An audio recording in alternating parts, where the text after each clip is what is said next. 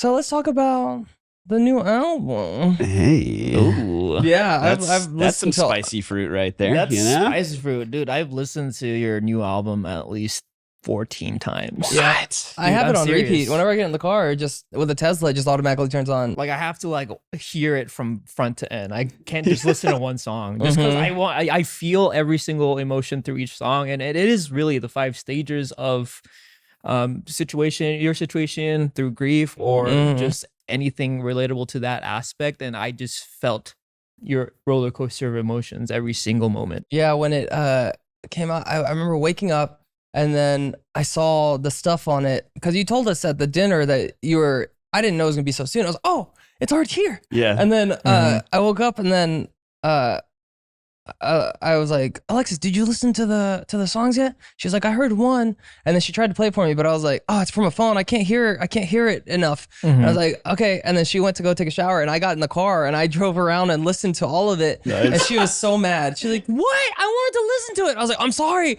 I didn't know, but I had to hear it. It was good, yeah. Thank you guys. The whole album really followed my journey of grief, and all of those songs were written within 1 week of finding out that my partner wanted a divorce. So Whoa. I had the studio session booked already before it. So I took a trip to Asia, and my goal was to write songs when I was in Asia based on my experience and travels there. Yeah. Mhm. And I'd booked the studio session, the players, everything before I left. So it was non-refundable. And it was like 4 days after I got back. Yeah. Mhm. But what I didn't account for was landing at LAX, coming home, and then my partner telling me that. And It was right away as soon as you got right home. away, I was jet lagged. You did- Oh my yeah, goodness. you I didn't just have hadn't any slept time to literally in like recuperate. 48 hours because I flew from Bali to Singapore to Tokyo to LAX. It was like literally 36 hours of flying or something. Yeah. And I was just out of it. But I was also kind of zen because I just had like a lot Yeah. of very spiritual Mhm. experiences. So I think that might have been her reasoning in telling me then, is just knowing I was in a good headspace to receive it. But I did. I took it. And at that point, all of the songs I had written in Asia just left my brain. Like, they didn't matter to me. And all I could focus on was the pain I was feeling because I had I couldn't anticipate it. I was completely blindsided in this way. Yeah. So I didn't want to do the session. I didn't want to go to the studio. Also, there's going to be players like guitar and drums and everybody there who are going to see me very vulnerable and like messed up. So, but I kind of checked in, couldn't get the money back. And I was like, all right, I guess I got to go. We'll see how this goes. So I just started writing it all down and all these emotions that were coming out. And I recorded myself on video, doing video journals throughout that time. And suddenly I have these 5 songs and I show up to the studio. I don't tell the players what happened. I just figured they're going to figure it out by the lyrics. Yeah. But I charted them all for them, or they helped out too. And we just press record all in the same room. So everything's like live tracked in that way. And yeah, that's what happened. The 5 stages. Wait, so that was 4 days after you got back. Then you find out about the divorce. Yeah. And then you started writing that day? Yeah, actually, so I found out about the divorce at like 8 p.m. at night. Oh. And so I couldn't sleep at Of all. I was course. completely wrecked. Yeah. And it was like the gut wrenching pain of crying where you're like, Like immobile. I couldn't like, find the breath. And at some point, the tears were gone. So it was like 4 a.m. And that's when I started writing. And then I booked a workout class because I figured I'm at this pivotal point in my life where I can either go down this completely depressive lane, which is justified, or I can try to channel this energy into things that might be a healthy release, like working out. And I decided like no drinking, not anything that would take me down a weird path. Yeah. So I the next morning I go to the gym and I was crying on the rower, like nobody noticed. And then I came back home, sat in the driveway and wrote the song What Now, which is the first song on the record, which is like really happy and fancy sounding, but the words are very heartbreaking. So I think that was me not accepting the reality yet, like trying to make it sound more lighthearted than it is. Yeah. And then the songs just got progressively darker as time went on. Yeah, for sure.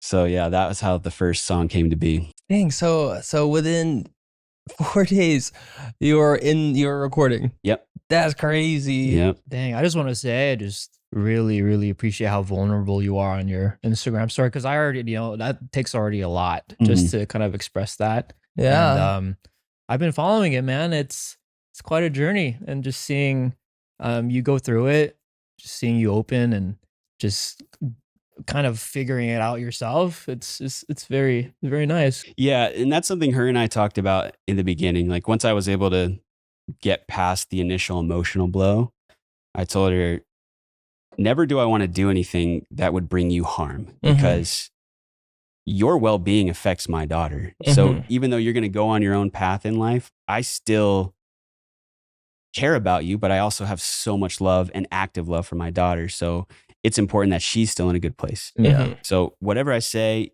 online or whatever, I can't just turn off loving somebody for 13 years. You know, that is a valve that's always going to keep running in my mind. So I still love her to this day, and I still think about her every day. And I imagine that might become less over time, but there's nothing I would ever want to do to, paint her in a bad light, no matter how much I'm hurting. Yeah. So how long has it been since the divorce?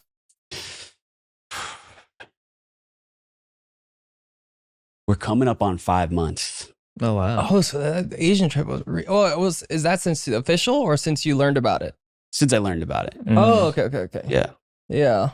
Divorce is like, I don't know much about it, but I know that it's a lot. It's like, just like different aspects, like emotionally and then financially, and it's like super expensive, and yeah, it's a huge part. And there's other stuff we don't even know. Like, I'm sure there's stuff that people would be like, oh, this is something people don't really talk about, but the people that have divorcees would know. They're like, oh, you don't even know about this. Yeah. Yeah, for me, it was multi-layered.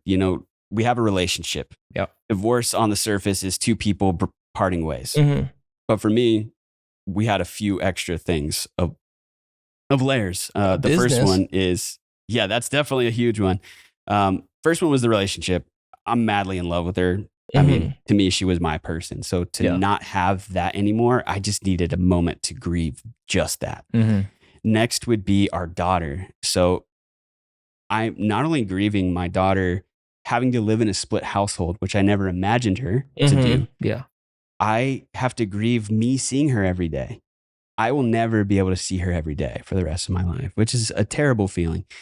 The next stage of this is family. So like you guys, I moved from North Carolina to California. Yeah.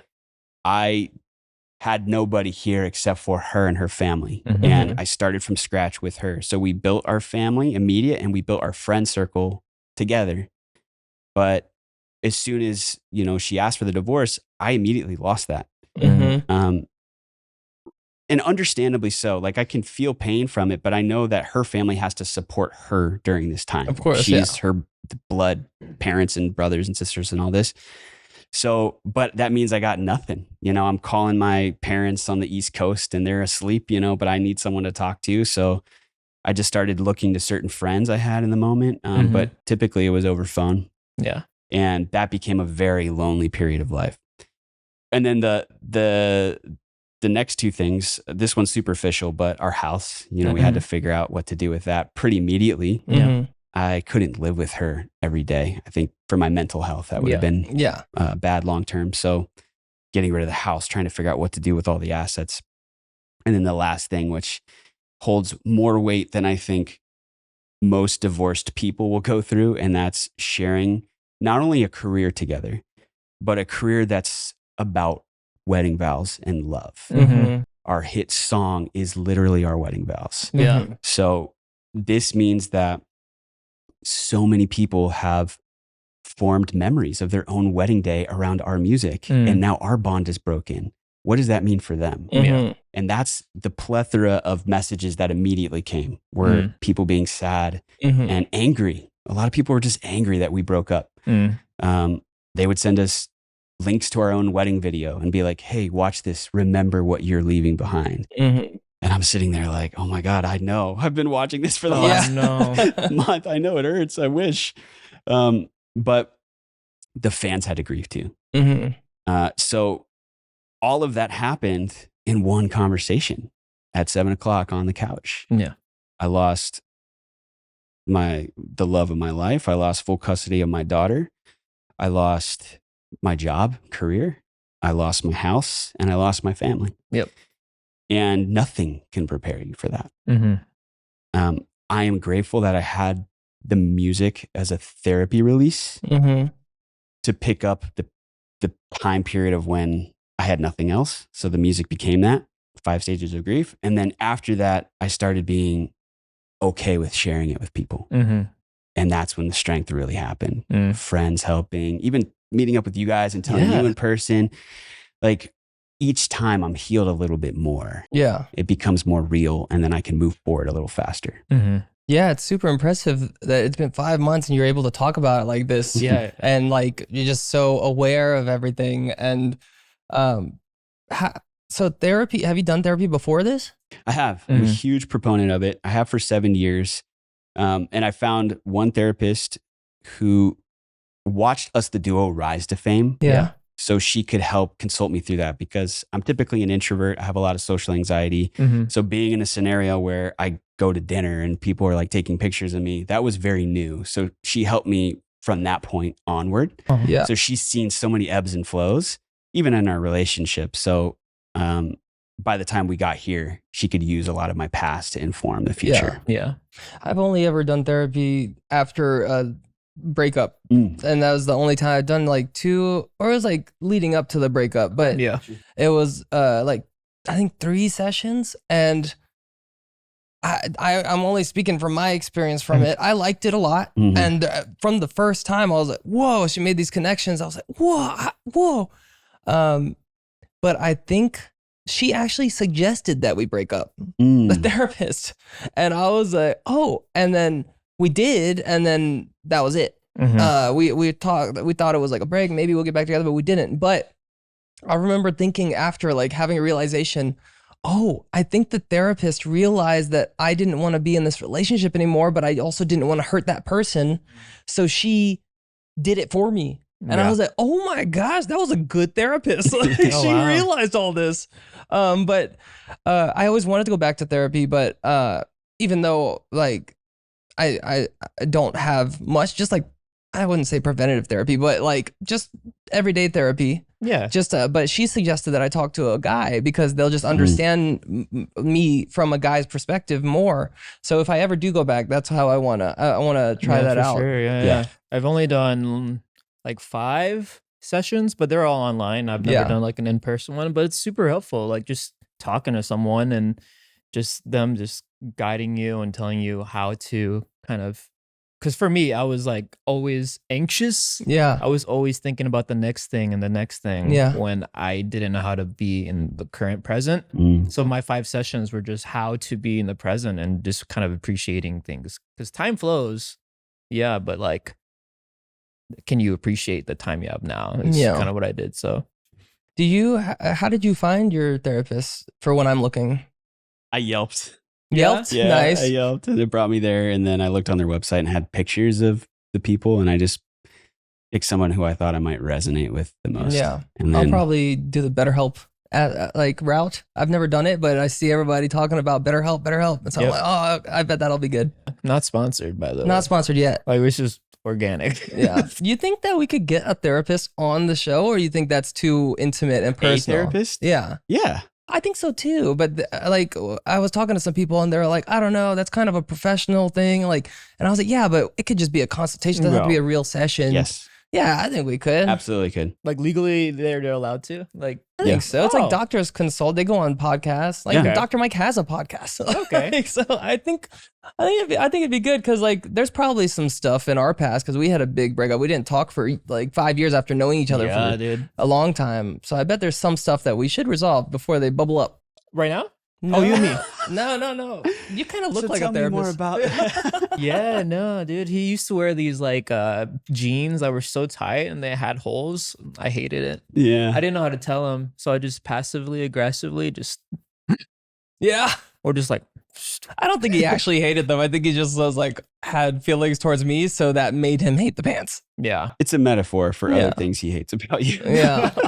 Something else that you said earlier that I was like, whoa. That one of the things I just never thought about that come with divorce is your father and mother-in-law? Yep. They most likely, especially after 13 years, see you as a son. So for them to not be able to be there for you and one of their kids, basically, it must have been heartbreaking and tough, and they must have had so many conflicted like feelings. Yeah. I think it's difficult for me to be empathetic right now to them because I needed them and they weren't there for me. Yeah. Eventually, as time passes, I will probably see it from their perspective, but they never once reached out to me or Not helped me once? through that. No. Oh, wow. And that was really hard. Yeah. Probably one of the hardest parts about it. Dang. Yeah. Yeah, just because you saw them for like ever since you moved here. They were my parents. I called them mom and dad. Took care of them the best way that I could. If I was in that position, I would have to. I would let my daughter know, but I'd be like, I have to reach out and at least a message. Not like, hey, I'm here for you, but hey, I don't know, something. Yeah, I'm pretty sure there is a reason, and the time will just kind of play Yeah, out. exactly. Yeah, so And I will say that they're all very good people in their heart. I mean, I wouldn't have been attracted to the family. yeah, You marry into something like that, right? And since day one, they have all been so sweet and genuine to me. So the way this has panned out, I know that there must be some deeper reason, as you're saying, that I don't understand yet. But yeah, it's been very lonely, and that was a big reason why. Yeah. I don't want to speak on anybody's side because we're here to talk about your side. So I don't know about her side or anything, but my family and Roy's family growing up, they weren't very good at emotions. Like we both grew up in families that we didn't say we love each other until we got older and we moved out. And then now we say it all the time. So I could see if I put my parents in that situation, they would be so just confused and not know what to do. Yeah. Yeah. if I were to guess, that would be it. Yeah. They want to say something, and they probably feel horrible not saying anything for this long, but at the same time, they need time to process. Yeah. And be protective of the daughter of first and foremost, and then kind of establish those feelings. And Yeah. That's exactly it. I think it's coming. I think time passes, they figure everything out, and then I bet there's gonna be something long. And you're gonna be like, that's all I needed. Yeah. Yeah. Yeah, that's a great point, and I think that that's true. And so what do I do now is what I have to ask myself. yeah.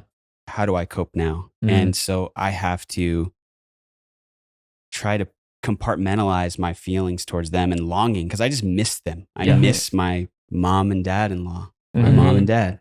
I miss my brothers. You know, they were my brothers. Yeah. I miss them dearly, and their wives, like, and their significant others. They were my sisters, Yeah.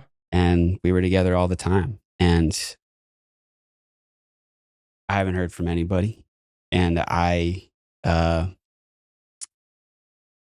have to fill that void with something else in the meantime, knowing that eventually I will. Yeah. So however long that, I can't just sit around and wait for it, because it Yeah. may never come, Yeah. and I still have to heal and move forward. So that was part of the tricky part of the grieving, is like, where do I put that love that I was giving them? Where does it go now? Yeah. So now I just put it all into my daughter and my parents and my friends who have helped me through this. Yeah. And myself, honestly. I've started figuring out how to love me again. And that shows up in reading or working out or being more meditative. Yeah. Or like taking myself to dates and eating by myself, or, going to the movies alone. But yeah, that's kind of where my love is now being directed. Yeah. So so the only constant that hasn't changed is your relationship with your daughter. Everything else is different. Like friends, family, career, everything's different except for that. My partner is a great mom, so that's helpful. Yeah. I know there's split households where both parents aren't as active. So I'm really grateful for that. but it still takes my daughter a minute to get warmed up and to, you know, be like, oh yeah, this is my bed, or this is the routines I do with my dad. And yeah, sometimes by the time she gets warmed up, I have to drop her back off. So that is not constant, but my love for her hasn't changed. If anything, it's increased. Okay. But the only thing that's constant is me showing up for me. That's it. Everything in my life is completely different now. So what does your day-to-day look like now? Day-to-day usually is waking up, reading, which I never had time to do before, or I didn't make time to do. What time do you wake up? Well, if I have Zai, she is like 6 a.m. on the dot. Nice. And she'll like come in the door. She's been respecting the like 6 to 6:30 window. Yeah. Because I communicated, this is a little early for At me. 6:30, she's like, all right, I'm in. Yeah. But I hear her get up at like 6. Yeah. And then she'll either do arts and crafts, or maybe she'll like listen to her Spotify or something. And then at 6:30, she kind of peeks in, like, and she'll just jump in the bed. She'll kind of like touch me or like push me, like, hey dad, good morning. And it's so sweet. Like, I could never have a bad morning when she's around, because she's a ball of sunshine. And my dog sometimes sleeps in the bed with me too. So she'll like pet the dog, and all of that together gets me awake. And then from there, if I'm with her, we'll do our routine together, which is like breakfast, and we'll play something for like 30 or 45 minutes. And then I take her to school. And then after that, I'll usually go to the gym, and then I'll start catching up on emails or something. And then I try to be really active posting, which y'all have noticed too. Oh yeah.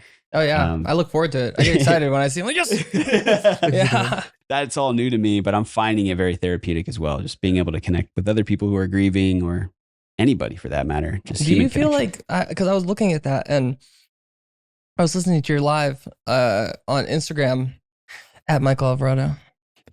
And I was like, you're going through a lot.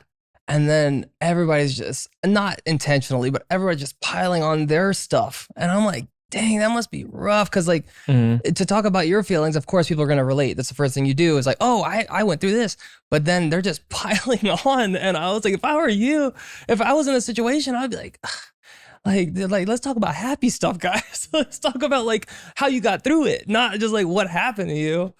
Yeah, that's rough. Yeah.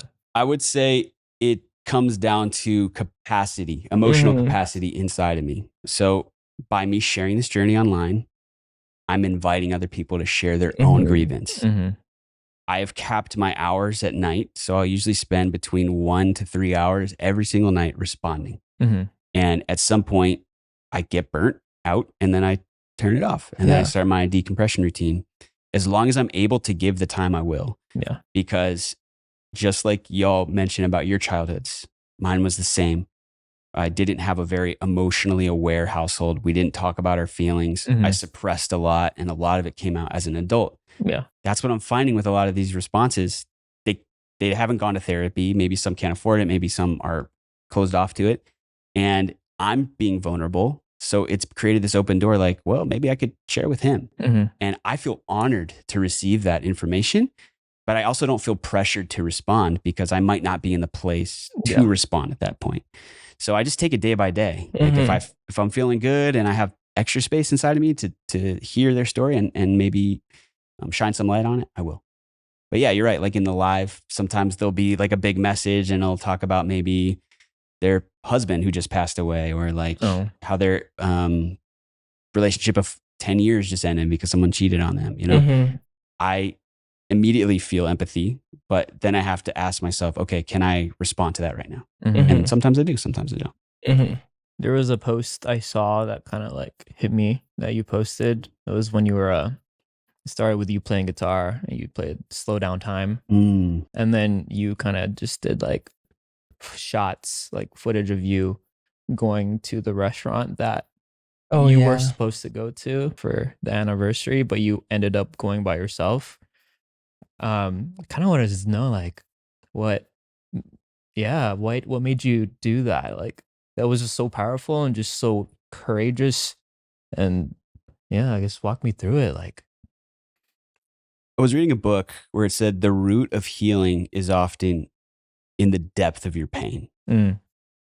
And there was nothing that sounded more painful to me than watching my wedding video on my wedding anniversary going to the restaurant that we were supposed to go to and listening to the song that we first danced to at our wedding, which y'all were there. You know, y'all saw this in real time. There was a magic and a beauty to that. Yeah.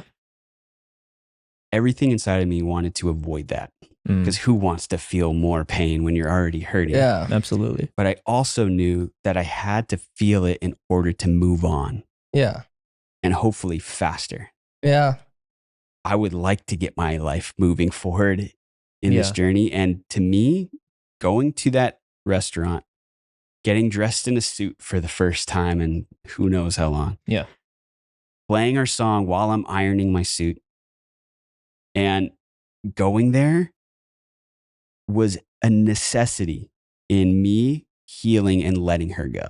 And even when I was at the dinner, it's something we would always do. I would take a bite of food. She would take a bite of food. We'd close our eyes. Y'all have seen me do this. Yeah. And to me, it's like Ratatouille, you know, when he like has a mushroom and a strawberry and he puts them together and he's like, oh, the colors. Yeah. It always sparks something. And I made it my goal for that night, each bite spark a memory of Carissa that was good. Because you can almost train your mind to think about things optimistically. And I had spent months hurting about her. Tonight, I wanted to make it about the good. And so not only did I go to the restaurant, feel all that pain, face all of that uncomfortable emotion head on, I also celebrated great memories. And I wrote them down at the restaurant. And it was things like, oh man, like I had a bite that reminded me of a vacation her and I went on. And we were just like in the pool holding each other. Yeah.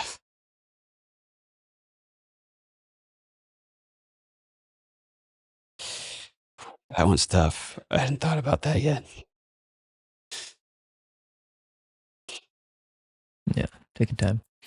Yeah. I think getting through that's so much better to do that now instead of avoiding it. And then that means you're pretty much going to avoid it your whole life. Yeah. So the bravery it takes to get through it from the very beginning, be like, I'm just put myself through this and get through it. It happened. It was a marriage. It was happy. It was positive. Instead of thinking, oh, I hate that. I'm never going to think about it. That you're definitely taking the brave, courageous route to your situation. Yeah. Because what's the alternative? You know, I push them away. I suppress it.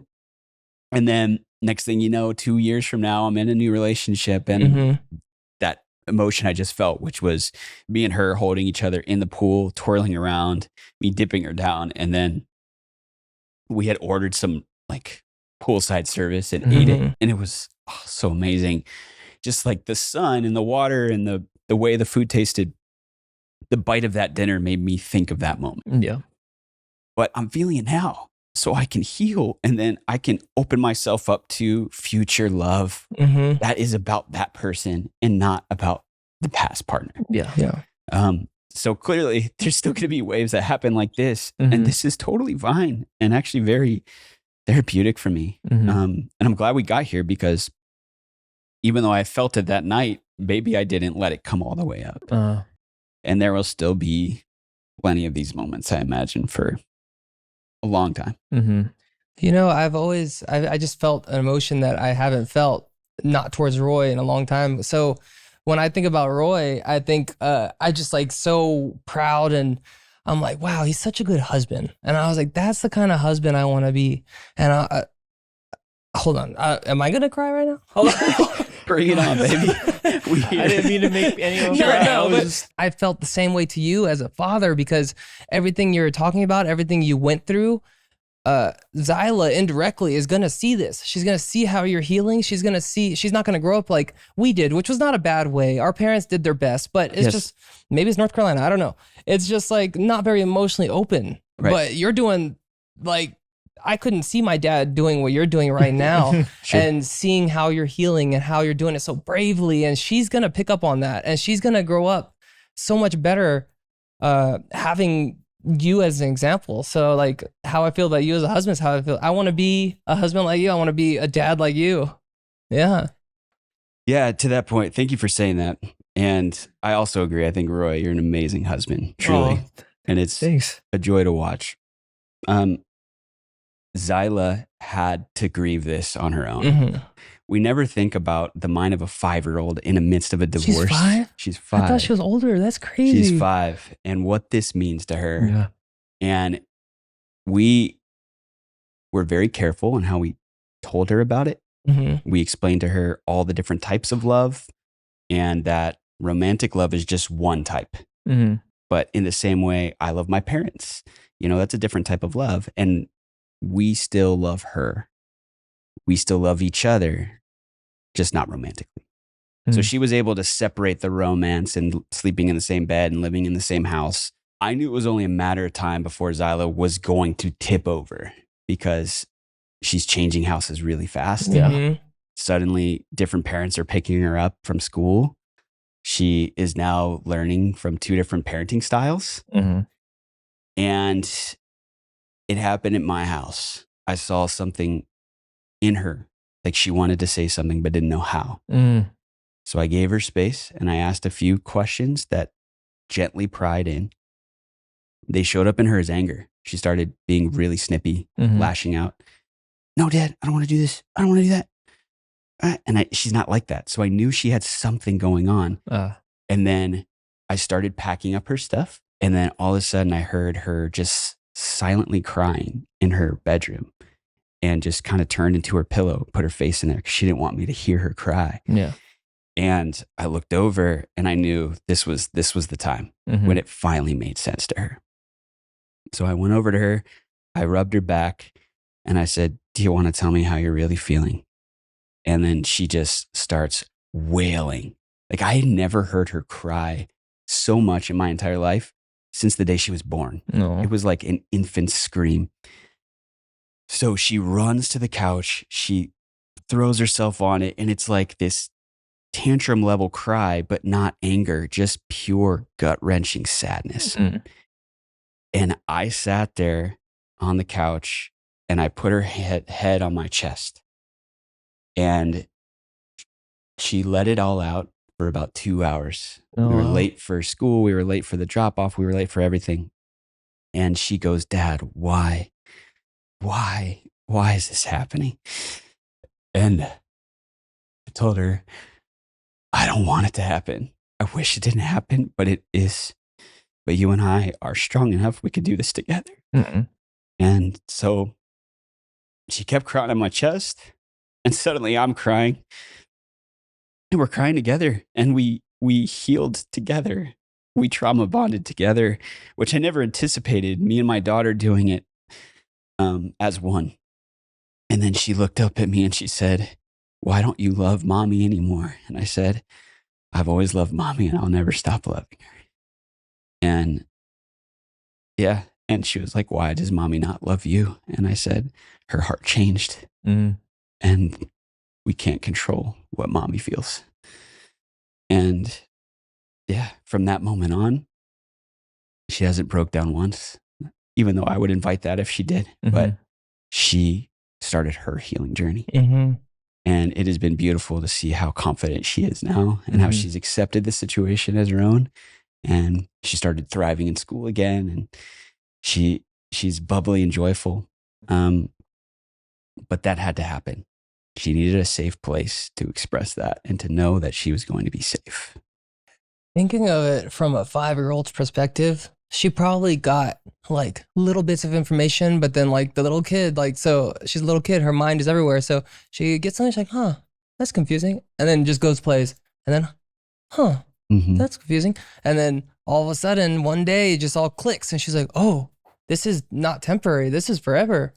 And then that happened. And then I keep going back to the proud of your dad style is other people would have been weak in that moment. They would have like turned on the other parent and been like, oh, it's not my, talk to your mom. It's not me. It's your mom's fault. Like stuff like that. And you didn't, even though you're going through just insanity right now and chaos and months, and just like she probably sees how much you're hurting, but she doesn't understand because she's still a kid how much is like 24/7 what you've had to go through, and you were still able to be supportive of your partner, to be truthful and honest with her and feel comfortable breaking down like in front of her. Like my parents would never, if they were gonna cry, they would go to the other room to cry. They would never cry in front of me. Sure. So I'm just so proud to be your friend and learn from you for my future. Yeah, for sure. Thank You are you. the dad that I aspire to be. Just talking to you and just Thank you. because I want a daughter, and just you loving your daughter just inspires me to be, that. Thank you. So Appreciate that. Woo! I know. Zyla's awesome, by the way. Yeah. Another thing I was thinking about while we were speaking is how much work you're doing on yourself is going to save yourself from bringing luggage into the next relationship. Like you're like, imagine you had all these problems and all these, you're like, and you were scared, like, what if it happens again? And like you took all that into the next relationship. That would be horrible. So all this preventative work is going to make your next relationship so much better. And I'm excited for you because you're so awesome. Like, and you're 36, right? 36. Yeah, you're 36. You already have a daughter, so that's not hanging over you like, oh, I need to have a kid. You already have a daughter. Now you're just free to take your time. Don't jump into anything. Explore things like slowly. It's gonna be. I'm excited for you. You got a long time, and now you're forever could be right there. Yeah. After the tour, do you have any plans or like traveling or just I don't know. Good question. I do want to travel as a singular person with really no strings other than, my daughter back at home. I think my brain might be in a certain place to travel in that way and might open up different opportunity. I want to see the world through that lens. Okay. Also, I really love love. I am a hopeless romantic. Same with this guy. Yeah. Man, us the Duos catalog, right? We have like 100 and I don't even know at this point, 120 or 130 songs. I've written most all of them. And it's all because I just am obsessed with the concept of love. Yeah. So after a tour, I would really like to be in a relationship with somebody because I find joy in that. I find joy in taking care of them, understanding them, showing love. I really love love. Me too. I love love. That's why people are like, why are you always vlogging your relationships? And I'm like, I don't know which one's going to be the one, man. If I don't, I'm not going to have the early stuff. So it's always been a weird thing. People are like, but as soon as I get married, I'm going to delete all the old vlogs of all the years of exes and stuff. You know the best kind of love? Slow love. Hey. See me, I'm nervous. Give me some. Oh, we have a guitar here? Just for a little bit. Just a little bit. Come on. A little We gotta dinky give him one. a little pretty. Wait, is it a real guitar? Can't we? That's like my favorite song. Oh Dude. my gosh, this is about to be crazy. Dude, you know the first time we stayed with you, visited California, I had Slow Love as my alarm clock, and it randomly went off. You got embarrassed? I hope they hear it. Oh, I remember speaking about that. The first time we came to California, you guys took us in. It was so nice. And every morning from the bedroom, Michael would turn on the Bluetooth where we were sleeping and play Sabanya. We'd always be like, freaking Michael. I forgot about that every morning. I was so annoying. I feel like 7 in the morning. We loved it though. All right, here's a little bit of Slow Love. It's actually in tune. Kudos to you guys for is it? Yeah. This is on Spotify at Michael Alvarado. See me, I'm nervous. What did it take to deserve this? Beautiful love, it's perfect. Maybe without you, I'm worthless. But you gotta know it takes service. Love is real without purchase. And I do nothing to hurt this. I knew it was love from the first kiss. Yeah, take it easy. It don't take a lot to please me. I'm forever yours. So sit back, relax, and take it slow. We ain't got too far to go before we make it. My part is yours for the taking. So sit back, relax, enjoy the show. We ain't got too far to go before we make it. My heart is yours for the taking. But please don't break it.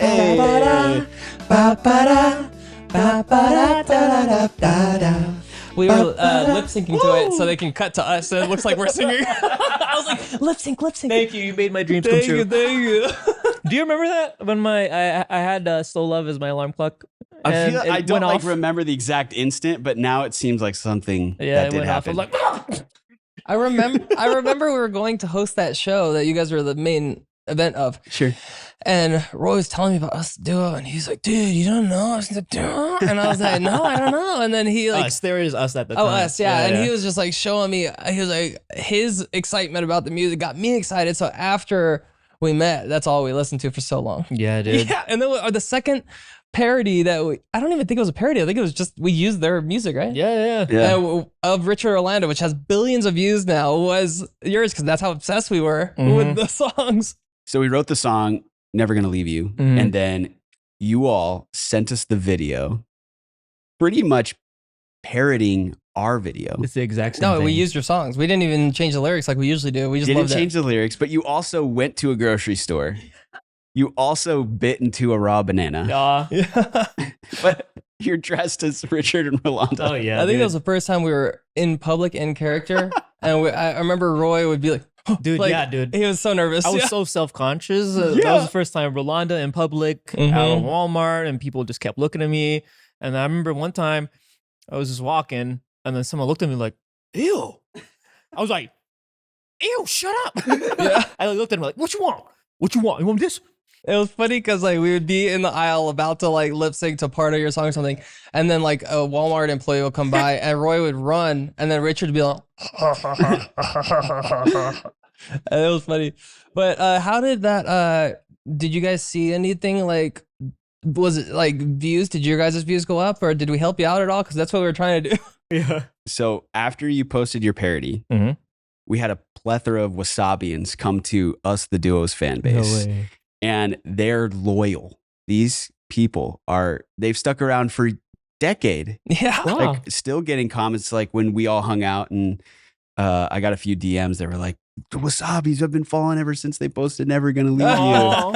So yeah, y'all have some really devout fans, and I'm grateful that you posted about that. It was really helpful. Oh no, yeah, we're super lucky to have the fans we have because they've just been with us for so long, and on their side of things, they see us as like brothers or like friends or best friends. They know, like I remember posting or one of our TikToks blew up, and one of the comments said, "Wow, I used to know every single thing about that man's life." And they're talking about me because I used to vlog all the time. Yeah. And I was like, they are so right. I was so open. They knew everything, like my likes, my dislikes, everything. Yeah.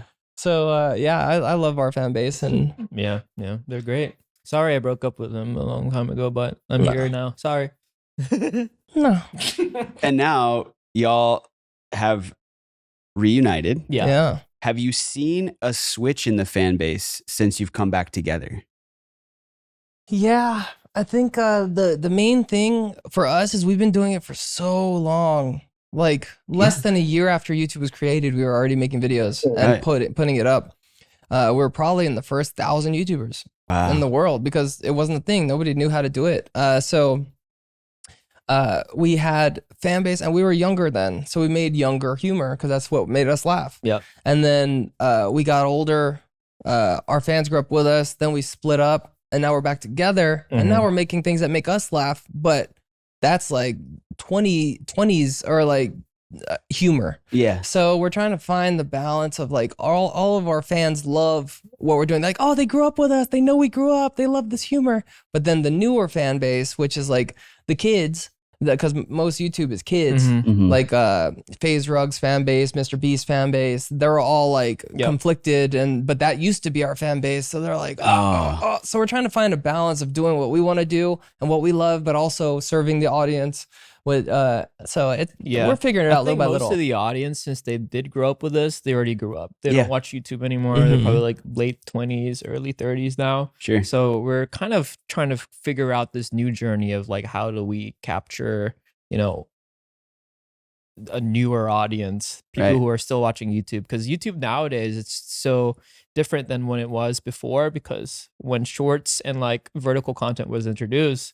it provided more of a ADHD, like boo, boo, boo, quick cut. Yeah. So there's that aspect, and people gravitate towards that. But the people who watch YouTube nowadays are the casual viewers, the viewers who want to like see and watch like real emotion, Right. Like, and that's what we're trying to figure out right now. It's like, who watches us for us now that everyone has grown up.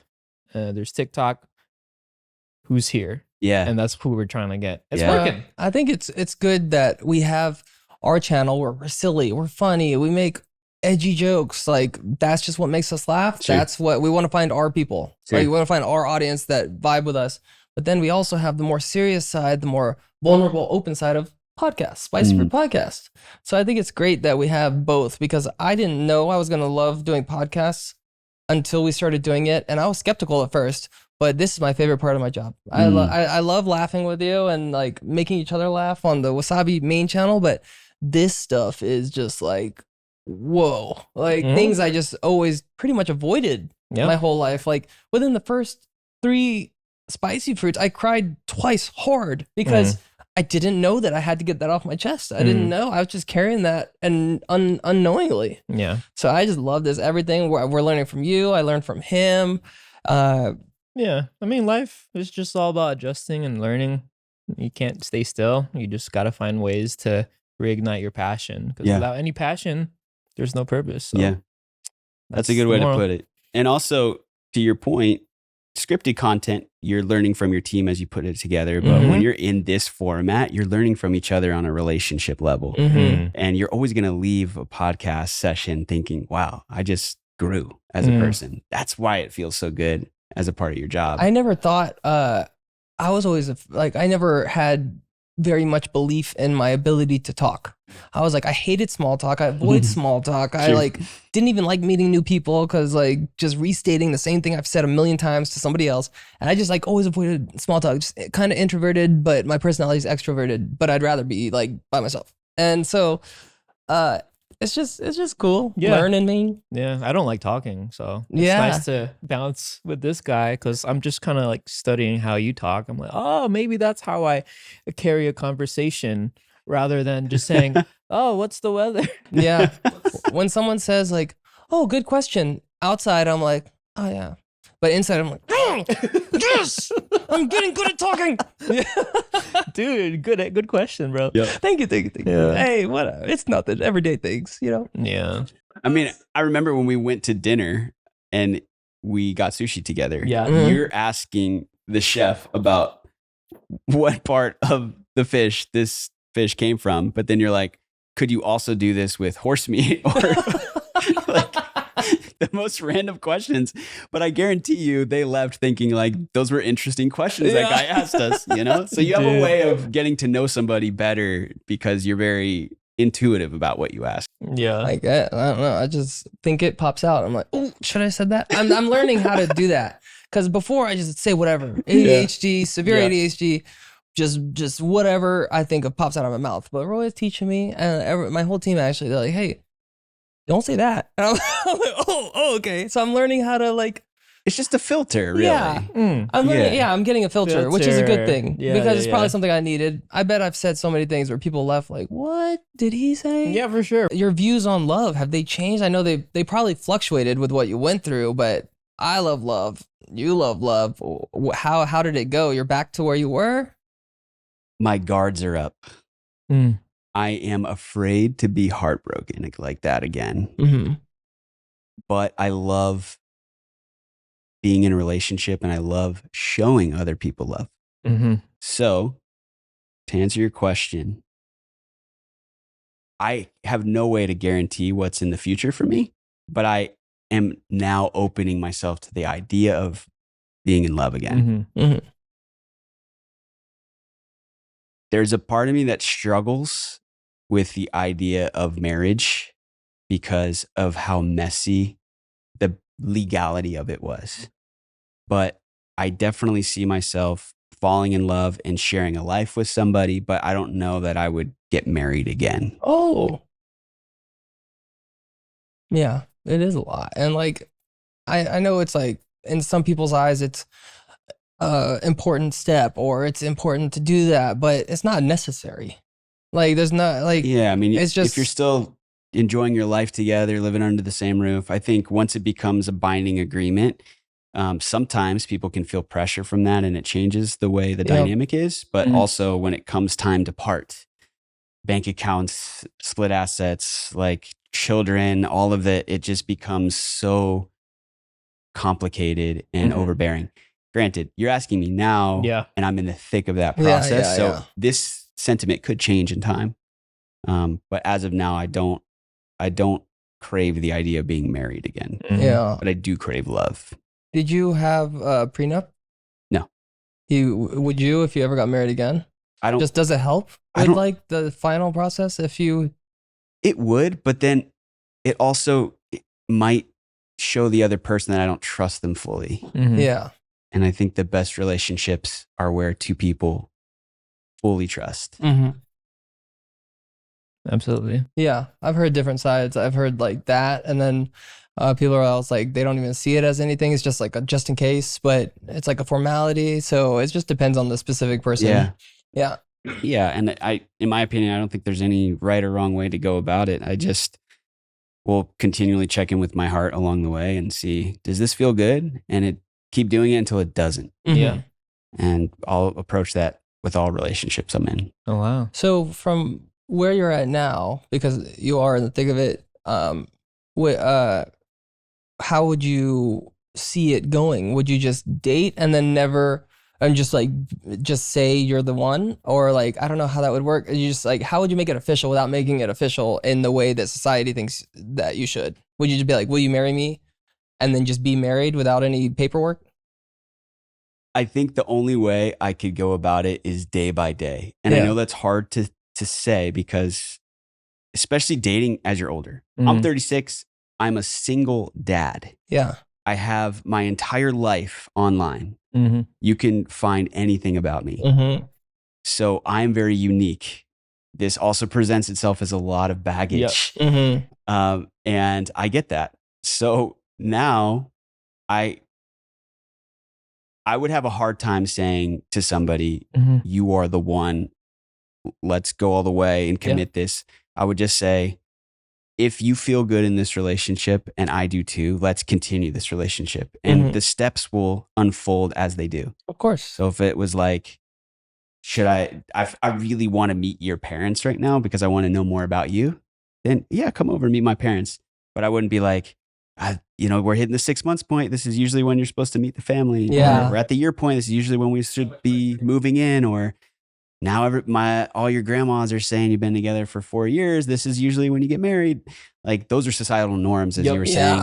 I think I've done that. And now I want to undo that and just go day by day. Yeah. That's a good way. I was in a relationship like that too, where it's like, hey, it's been this long. We have to move in together. Hey, it's been this long. We should be like engaged. And it was just so much pressure, so many ultimatums. And I was like, well, and it's just never good. Timelines are presented like stressful. That's I just like, and growing up, I just never liked being told what to do. So like, that's pretty much telling you what to do. That's the concept. It's what you should do versus what you want to do. And for me, love should have a lot of want. But when you bring in the shoulds, suddenly we're doing a big step in life because somebody else thought we should. I don't want to form my life like that. Yeah. On the second time around. So, your heart. Yeah. It's healing. Have you thought about the aspect of dating would be like? I have. Yeah. Is it scary, or how do you feel about that? It is very scary. I think the first thing we need to note is I've devoted my life to one person for 13 years. In that time, I trained myself not even to look at women. So when I walk into a coffee shop, I'm looking down. And especially if there's somebody walks in who society might say is very attractive, I know better than to like not even glance. Yeah. Right? I had to learn that too. But before you continue, I remember my current girlfriend was like, she mentioned, I don't remember how, but she mentioned, she's like, you have a wandering eye. And I was like, what? And she was like, I don't know, you're always scanning people. And I was like, that's for safety.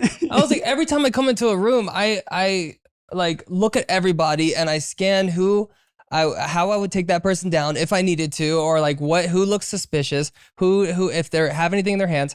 And she was like, she had no idea. And I was like, I guarantee I don't have a wandering eye. But since I found out that that was a worry, which I think was from a past relationship, sure. I was like, oh, so now I make sure like I use my peripherals to scan that person because just to look for weapons and stuff. That's crazy. I was about to say the same thing. When I was like, you have a wandering eye. I remember we went to a restaurant and then my eyes were just wandering. And she said, you have a wandering eye. It's like, no, it's just Alex's ass. Okay, so continue with your story. That's it. I mean, yeah, I had to train the eyes because naturally you are single and then you get into a relationship. Yeah. When you're single, you're looking sometimes or most of the time.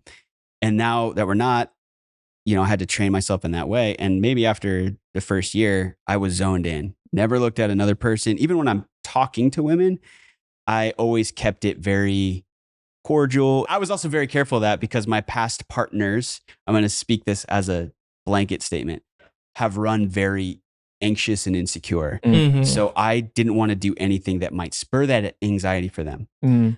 But what happens after 10 years of that is I have no idea how to talk to women at all. So that's where I'm at now. And therapy has challenged me just to get out into the world, have conversations with women platonically, like just learn how to talk to them again. Yeah. So my first challenge was go to a coffee shop. Instead of looking at your shoes when you walk in, instead of not looking at them in the eye, look around, scan, smile, lift your shoulders up a little bit. Look for any dangers. Sure, if we'll call it danger. But like make yourself approachable. Yeah. And then I did that. And then I practiced talking to the barista like, hey, can I have a coffee? By the way, how's your day going? Like look them in the eye. Oh man, that's a really nice bracelet, by the way. Just wanted to say that. Anyways, thank you for the coffee. What was your name? Awesome. Thank you so much for this coffee. And all of a sudden my confidence started to boost. Yeah. Wait, I can do this? I'm allowed to do this. And wow, this is opening up so many social doors. So that was step one. Step two was going to a restaurant by myself, sitting at the bar. That's already scary. Oh, it was terrible. It was terrible. And then whoever sits next to you at the bar, didn't matter who it is, start a conversation with them. Yeah. Man, I dreaded this moment. I sat at a sushi bar. 3 women walk in. They sit next to me. Oh. And they're, first of all, I was like, cool, women around my age. Whoa. They're together? Or? They were together, a girl's birthday thing. It was just perfect. And so they start talking, hanging out. I can kind of like hear their conversation. They're talking about kids. So maybe they're in my situation, maybe not. So then I'm like, how do I know if they're single or not? And then I scan their hands. Okay. The one who's sitting right next to me doesn't have a ring. So dang it, I got to talk to her, I guess. Took me an hour and 30 minutes to find a word. Like sitting next to them? Yeah. Like I kept going like, so anyways, it's a cloudy day. No. And I couldn't find my in. Like nothing made sense. I was so nervous. And so I actually was just going to give up, go tell my therapist, hey, I couldn't do it. Yeah. And then the waiter brings out a birthday cake and it's for her. I was like, perfect. I can just say happy birthday. Yeah. Like, y'all serve this to me. So lay the cake down. They start singing. I start singing. I'm like trying to sing a little better. I'm like, happy birthday. Did you bring a ukulele to the bar? Yeah. Tell you. And then she was like, oh, wow, nice voice. And I was like, hey, by the way, happy birthday. Nice to see you. And what are you celebrating? Where are you from? And it just kind of opened from there. Nice. Turns out she was an attorney from Irvine, just a gorgeous woman. And she said, what are you doing after this? I didn't prep for this moment. Okay. This was not in the cards. Yeah. And I was like, oh, I'm actually going to go check out the whiskey bar next door because I saw it on Yelp and I wanted to go do it. And she was like, oh, cool. Oh, and she named it. I was like, yeah, that's the one. And we both just kind of sat there like this. And then I was like, all right, see ya. And look, I walked over to the whiskey bar and I looked around and it was all couples. Yeah. And it clicked. Oh my God, she wanted to get whiskey with me. She Yeah. wanted to come. Oh, you're an idiot, bro. So I walk back over thinking maybe she's still at the restaurant, like getting out. And she was. I got a second chance to ask. And I couldn't do it. I couldn't do it. My insides were turning. Again, didn't prepare for this moment. And she was like, oh, it's you again. I'm just getting my Uber. I was like, safe drive. And then I got home and replayed that night for like 3 weeks. Oh, yeah. Mm-hmm. I couldn't undo it. But what this was training, right? Mm-hmm. Again, 13 years of devotion to one person. I can't just undo that so quickly. Yeah. So it starts with the coffee shop, goes to the sushi bar. And then the next step was for me to ask and initiate someone to have a coffee date. Mm-hmm. I did it. And I asked one of my friends who's a girl to help me craft the message because I couldn't do that one by myself. But we went through a couple revisions. Then I sent it to her and the girl said yes. And we were able to meet up for the drink. Oh. So that was just literally last week. Oh, wow. Oh. Yeah. Dang. I feel like something I've always struggled with, and like everybody pretty much, is rejection. Like that's the scariest thing. Yeah. It's like even if they say no in the nice, oh, I'm so sorry, you're still like, no. But I've had some friends growing up where they just like, want a drink? No. Okay. Want a drink? No. Hey, you want to grab a drink? And I'm like, yo, rejection does not faze them. Mm-hmm. And they're just on to the next one. I'm like, yo, I can't be like that. Yep. It's hard. Yeah. It's like once you get over that fear, then I feel like it's so like such a release and so free, but I can't. Rejection. I want everybody to like, I'll just keep rejecting you and then you start with me. Yeah. oh, thank you. Oh, You guys that. can practice. Okay, that works. Yeah. Ask me something. So coffee date. Yeah. That was Well, it was actually a glass of wine date in the middle of the day with an end time Mm-hmm. because I wanted to make sure there were boundaries. Yeah. And then you've met this person before? No. Oh, is it blind? But kind of blind. Yeah. And then was there any awkward silences or any were like, oh, There was. Yeah. Because, there's a lot of nerves for both of us. Mhm. And I knew it would be up to me to fill in the gaps. But then when I got back in the car and drove home, I felt maybe that might be exhausting over time to constantly have to fill in the gaps. And maybe, it was a cool conversation. We had a good time, but maybe, it was just a one-time thing. But I had a friend give me the advice that said, try one more and see if she'll fill in the gaps now that she's a little bit less nervous. Oh, yeah. So she's probably super sensitive and being very careful. So now that that's passed, I'm sure it'll be better. We did go on the second one. Oh my, you're just holding out on us. Hold on. Wait, that was last week. So what was it, this morning? This weekend. And then it was a wine again? Yes. Woo! Yeah. It was better. I mean, It was better. Yeah. Ah. She felt more comfortable. I felt more comfortable. Yeah. We were filling in the gaps a little bit more. And and it was cool. Like we left and we said, hey, this was fun. Thanks for the time. And it's really interesting now. I guess this was my first date ever, especially as an adult in my 30s. Yeah. But we can be extremely communicative about the whole thing. Like even on this second meetup, I was like, hey, I'm really focused on my music and my career right now. So I'm in no space, not only emotionally, but like career wise to have a long-term relationship or one that needs constant communication. Yeah. But I will communicate everything I feel. And I hope that you would too. And she respected that. So I don't know if we'll see each other again anytime soon, but because I go on tour. And, but like, it was cool that I could say that out loud and someone accept it and it'd be fine. That is a mature conversation. Yeah. Yeah, it's probably like dating in your 30s is probably so different from dating in your 20s. It's probably so much more mature. You know yourself better. I have something I can bestow upon you that worked for me in my single days. Give me the tips. You're gonna think it's silly, but it works. I don't know how to talk to women in general, so please help me. All right, here we go. I could tell you off podcast unless you want the world to know. Give me all of it. This is what I did, and it's gonna sound dumb. It's gonna sound fake, but it worked a lot of the time. So you're at a party or a wedding or whatever, and you see somebody that you're interested in. Okay. And you're like, oh, that person like is like, I'm interested in that person. Sure. And this is what I did. I would be like, I would look over at them and I would wait until they noticed me looking at them. And I would make it obvious that I'm looking at them. And as soon as they see that I was looking, I pretend that I got caught and I'm embarrassed. Ooh. So I go like, and then I'm just like this, and then I look back and then I smile and then like, I'm like, oh, you caught me. Oh, and then usually they're like, oh, he's so cute. Oh, he's so shy. I caught him.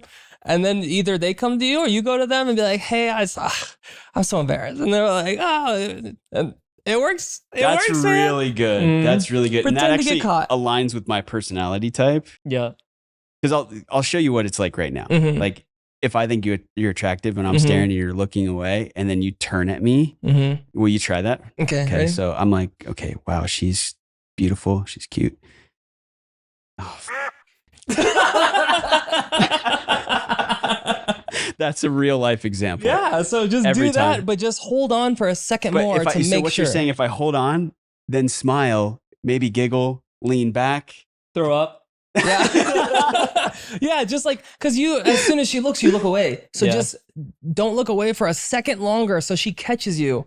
And then just be like, That's good. and then like, you're embarrassed. And like, you probably are. So you're not even lying. It only works if you're cute. So luckily you guys are really cute. Yeah, I was talking to somebody else and they're like, that only works because you're good looking. And I was like, you gotta like, don't like try to make eye contact with like a supermodel. Find somebody at your level that you think you would actually be interested in. Not somebody that you'd be like, oh, she's hot, I want her. You have to be like, oh, that's somebody I could see myself with. Yeah. Let me explore this. Sure. At Yeah. your level, got it. Yeah. Got it. So like Kim Kardashian. Yeah, like none of us would have a chance with somebody like Kim Kardashian or Oprah or Michelle Obama, right? Hey, I might have a chance with Oprah. Maybe if you got to stare a little bit longer. at Oh my Oprah. God. Yeah, you got to get past her security guards. You know, a year from now, you should come back. May 8th, 2025. All right. Just to, now we have this podcast. You can look back at it, listen. Yeah, let's just react to it and be like, yo. So we took some clips from the last one. We want to see what do you feel about that now? Yeah. Yeah, you still into Oprah?